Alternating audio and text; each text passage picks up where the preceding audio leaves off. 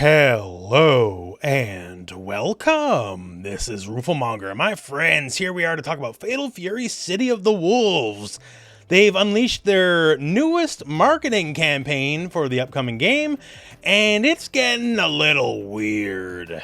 Now, SNK titles and strange crossovers. It's been done before, certainly been done before. One John Cena himself once famously joined with the KOF crew to battle against evil in the King of Fighters All-Star. And KOF All-Star is crazy for the crossovers, but here specifically, Cristiano Ronaldo is joining up with Fatal Fury City of the Wolves. Now, in case you don't know, who is Cristiano Ronaldo? Well, he is debatably the best soccer player of all time. And yes, I am Canadian. I said soccer. I'm sorry. I know most of y'all call it football. Is that correct? It's a hard word to pronounce. Ronaldo is, suffice it to say, a very big deal. And this little co-branding announcement's going over pretty well, as the tweet here, just barely an hour after it's posted, already has over 54,000 likes. So what is the nature of this exactly here other than famous sportsman endorses game? So the language specifically used here is a legendary player joins a legendary game. So Ronaldo's involvement some way, somehow is actually gonna be in the game itself. I can only take it as it's written, but that's pretty much heavily what's implied. Also implied by the trailer, I guess Ronaldo has been caged like a wild animal and he's stuck. Like SNK captured him and put him behind these steel doors, of which he is now currently breaking out? I don't know, we can interpret it a lot of ways, right? But what exactly is the grand plan here? Would he be a playable character in the game? Like maybe that'd be too much, I don't know, but SNK when it comes to guest characters famously pushes the limit a bit more when it comes to the oddity of it, right? Like famously, the Warden, which was one of the classes in For Honor, became a playable character in Samurai Showdown 2019. And when you really get to brass tacks, when you break it down, what is the essence of a guest character? What is the point of a guest character? It is to get people interested in the game that wouldn't otherwise have cared, really, right?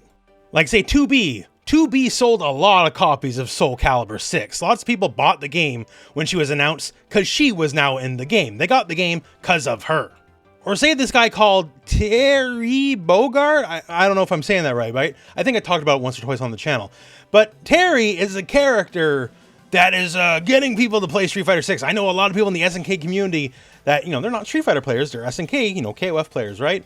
And they're on board now because Terry is here. And now say you take one of the most famous players of all time, of the most popular sport on planet Earth, maybe you get a few more eyeballs that you wouldn't have gotten otherwise, right? So whatever this is, it's already effective, let me tell you that. In the short time this has already been live, the response has been very both surprised and positive. As someone who knows a thing or two about marketing, let me tell you, the marketing has already worked. Whatever they are planning to get out of this, regardless of what the actual end product will be, it's a success. Now, what will the end product be? There's a couple ways you can guess it. Like, would he be a playable character? I guess because SNK is absolutely insane, I can't exactly write that off as a possibility, but there's some other ways we can go about it. Like, say, some sort of guest commentator or announcer. That is very much possible, right? Say something similar was done in Street Fighter 6, where various people from the community and also some more celebrity-style guests were added as commentary tracks. If you heard Ronaldo go round one, fight, in his own flavor, and we had a bunch of celebrities doing much the same, that would be pretty cool. And on that specific note, hi Kenny Omega, you were just at SNK headquarters recently, were ya? What a surprise, what a coincidence. Got the tour, did ya? That must be nice. Sure, nothing else could be happening there. Like I've joked about it a lot on the channel, like ever since Terry Bogard got announced for Street Fighter 6, really anything is possible in fighting games now. The walls of reality and possibility were already pretty thin as it is, and now after the Bogartification of fighting games, they're just torn wide open. Like if we're doing Ronaldo, Let's just go all the way with it, right? Let's get Jordan, Gretzky, and Bo Jackson back together and reunite the Pro Stars.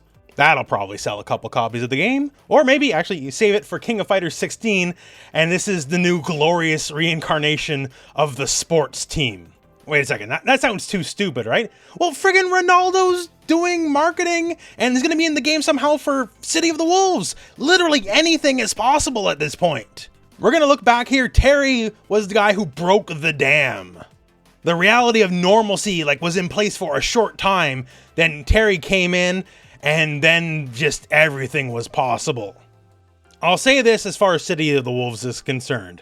Obviously, whatever this deal may be, there's got to be a lot of money transferring hands, right? And if we're going to do deals of this size, regardless if Ronaldo's a playable character, or if he's just an announcer or commentary or whatever, there's probably going to be similar deals in place. Hey, once again, what's Kenny doing? I don't know. But I bet it's probably not nothing. SNK has a lot more money these days than they used to back in the day. They're not cash poor anymore, right? So if we're doing big deals, let's keep doing big deals. We're here to market this game. We're here to sell copies.